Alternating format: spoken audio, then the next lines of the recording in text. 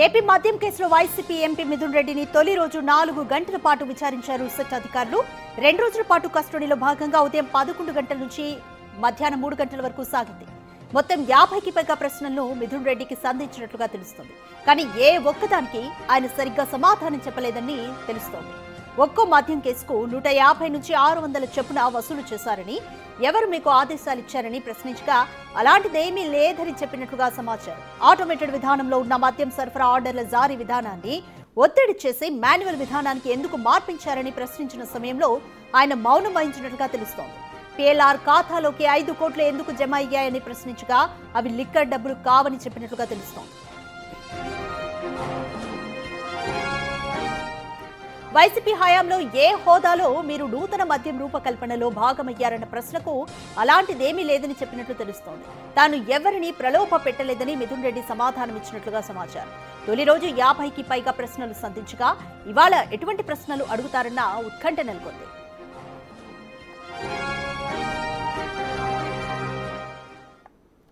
More details మా ప్రతినిధి శివ అందిస్తారు. శివ, మిథున్ రెడ్డి 2 రోజుల కస్టడీలో భాగంగా మొదటి రోజైతే 51 ప్రశ్నల వరకు సిట్ అయితే సంధించింది. బట్ ఎటువంటి ఆన్సర్స్ కూడా కరెక్ట్ గా రానట్టుగా తెలుస్తోంది. మరి 2వ రోజు కస్టడీలో ఎటువంటి ప్రశ్నలు సంధించబోతోంది సిట్? రాధిక, మొత్తం మీద చూసుకుంటే MP Mithun Reddy liquor case వ్యవహారానికి సంబంధించి కూడా 50 ప్రశ్నలతో మొదటి రోజు విచారించారు. దాదాపుగా 3.5 గంటల పాటు కొనసాగిన విచారణలో ప్రతి ప్రశ్నకి తెలియదు, సంబంధం లేదు, నాకు సంబంధం లేదని చెప్పారు. లిక్కర్ కేసులో ఏ హోదాతో మీరు పాల్గొన్నారు, ఆ సమావేశంలో మీరు ఎందుకు పాల్గొనాల్సి వచ్చింది, అలాగే లిక్కర్ కేసుకు సంబంధించి 5 కోట్ల రూపాయల PLR కన్స్ట్రక్షన్ కంపెనీకి ఎందుకు జమ అయిన పరిస్థితి కనిపిస్తూ ఉంది.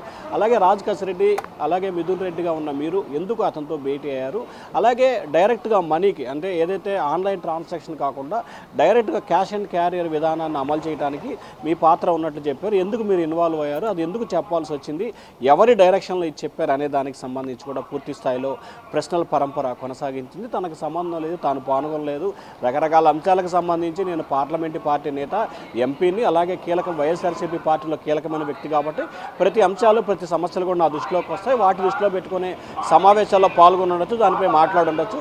కానీ ఎక్కడ లిక్కర్ కేసు విషయంలో కానీ లిక్కర్కి సంబంధించి కానీ ఎక్కడ ఇన్వాల్వ్ అవ్వలేదు.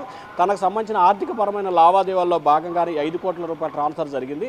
లిక్కర్ కేసుకి 5 కోట్లకి ఎటువంటి సంబంధం లేదని చెప్పి ఆయన క్లారిటీ ఇచ్చినట్టు తెలుస్తుంది. దానికి సంబంధించిన ఆధారాలను వివరాలని సిట్ అధికారులు ఆయన ముందుంచినప్పటికీ ఆయన ఏమాత్రం కూడా దానికి జవాబు ఇచ్చిన పరిస్థితి కనిపించలేదు. ఇక ఈ రోజు సంబంధించి కూడా కొద్దిసేపటి రాజమండ్రి సబ్ జైలు నుంచి విజయవాడ ప్రభుత్వ వైద్యశాలకి, అక్కడి నుంచి సిట్ కార్యాలయానికి మిథున్ రెడ్డిని తరలించారు. 20 నిమిషాల నుంచి కూడా 2వ రోజు విచారణ కొనసాగుతుంది. ఈ రోజు కూడా కొన్ని కీలకమైన అంశాలని విచారణ చేపట్టే అవకాశం కనిపిస్తాం. నిన్న మొన్న ఈడీ అధికారులు దేశంలో పలు ప్రాంతాల సోదాల నుంచి పలు కీలకమైన డాక్యుమెంట్లను స్వాధీనం చేసుకున్నారు. వాటికి సంబంధించిన వివరాలకు సంబంధించి కూడా ఈరోజు మిథున్ రెడ్డి ప్రశ్నించే అవకాశం కనిపిస్తూ ఉంది. దాంతోపాటుగా అంతిమ లబ్ధిదారుడు ఎవరు అనే అంశానికి సంబంధించి కూడా ఎంపీ మిథున్ రెడ్డిని ప్రశ్నల పరంపర కొనసాగించే అవకాశం కనిపిస్తూ ఉంది. ఈరోజు నిన్న జవాబు చెప్పని ప్రశ్నలతో పాటు అదనంగా మరికొన్ని ప్రశ్నలు అడిగి జవాబులు రాబట్టే ప్రయత్నం అయితే చేస్తారు. మధ్యాహ్నం 3:30 కల్లా ఈ రోజు కూడా మిథున్ రెడ్డి 2వ రోజు కస్టడీ ముగుస్తుంది. విజయవాడ ప్రభుత్వ వైద్యాల్లో మళ్ళీ మరొకసారి వైద్య పరీక్షలు నిర్వహించి అక్కడి నుంచి సాయంకాలం 7 గంటల లోపు రాజమండ్రి సబ్ జైల్లో అప్పచెప్పడం జరుగుతూ ఉంది. Radhika, Shiva, liquor supply orders విధానం అనేది ఇప్పటివరకు ఆటోమేటెడ్ గా ఉంది, దాన్ని ఒత్తిడి చేసి మాన్యువల్ గా ఎందుకు మార్చారు అన్న ప్రశ్నకి మిథున్ రెడ్డి మౌనం వహించినట్టుగా తెలుస్తుంది. సో మళ్ళీ ఈ రోజు సిట్ ఇదే అంశం పైన మళ్ళీ ఫోకస్ చేసే అవకాశం ఉందా ప్రధానంగా, అలాగే అంతిమ లబ్ధిదారుడు ఎవరు అన్న దానిపైన ఈ రోజు విచారణలో అయినా ఒక కొలిక్కొచ్చే ఛాన్స్ ఉందా?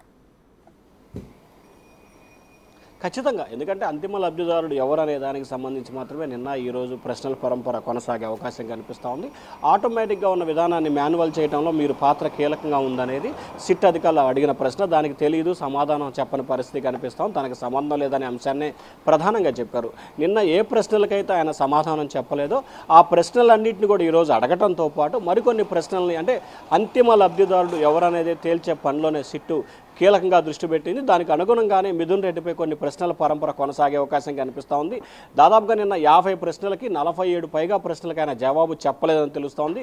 ఈరోజు వాటితో పాటు అదనంగా మరొక 10-12 ప్రశ్నలు అడిగే అవకాశం కనిపిస్తూ ఉంది. రాధిక, శివ, వైసీపీ హయాంలో ఏ హోదాలో మీరు న్యూ లిక్కర్ రూపకల్పన ఆ విధానానికి కూడా భాగస్వామి అయ్యారు అన్న ప్రశ్నకు కూడా ఆయనైతే ఏమి చెప్పలేదన్నట్లుగా తెలుస్తుంది. మరి ఇంకా ఏ కోణాల్లో సిట్ ఈ రోజు కూడా విచారిస్తుంది, ఇంకా ఎవరెవరి పేర్లు కొత్తగా బయటకు వచ్చే ఛాన్సెస్ కనిపిస్తున్నాయి?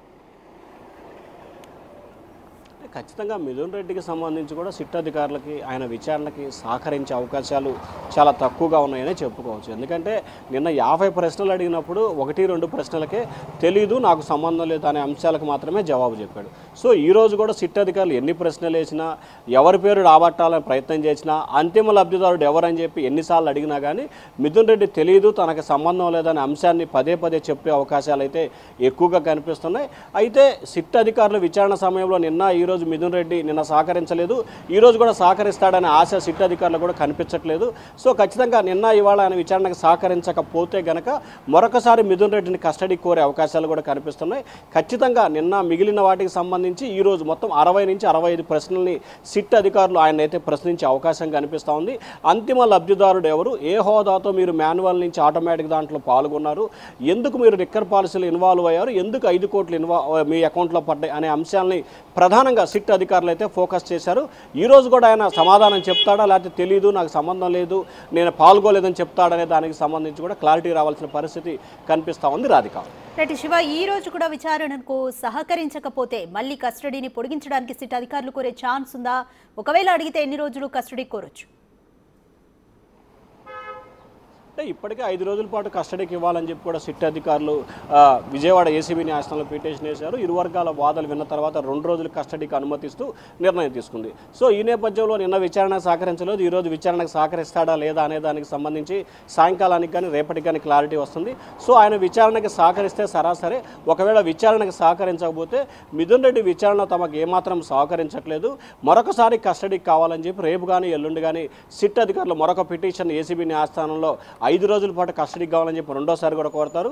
మరి రెండోసారి 5 రోజులు ఇస్తుందా, లేకపోతే మొన్న 5 రోజులు అయితే 2 రోజులు ఇస్తుంది కాబట్టి మిగిలిన 3 రోజులు ఈ రోజు ఇస్తుందా అంటే రేపు ఎల్లుండి ఇస్తుందా అనే దానికి సంబంధించి న్యాయస్థానంలో జరిగే వివాదాన్ని బట్టి కొనసాగుతోంది. చూడాలి మరి న్యాయస్థానం ఎటువంటి నిర్ణయం తీసుకుంటుంది, సిట్ అధికారులు ఏ అంశాలని కోట్ చేస్తూ మరొకసారి కస్టడీకి కోరుతారు అనే దానికి సంబంధించి కూడా ఉత్కంఠ నెలకొనుంది. సో ఈరోజు ఆయన విచారణకు ఎట్లా సహకరిస్తారా లేదా అనే దానికి సంబంధించి వచ్చిన వివరాలని సమాచారాన్ని బేస్ చేసుకొని మరోసారి కస్టడీ కోరే అవకాశాలు కనిపిస్తా ఉన్నాయి. Radhika, thanks for the update Shiva. AP మద్యం కేసులో వైసీపీ ఎంపీ మిథున్ రెడ్డిని ఫస్ట్ డే 4 గంటల పాటు సిట్ అయితే విచారించింది. ఈ రోజు అంటే మొత్తం 2 రోజుల కస్టడీ, ఈ రోజు కూడా సిట్ విచారించబోతుంది.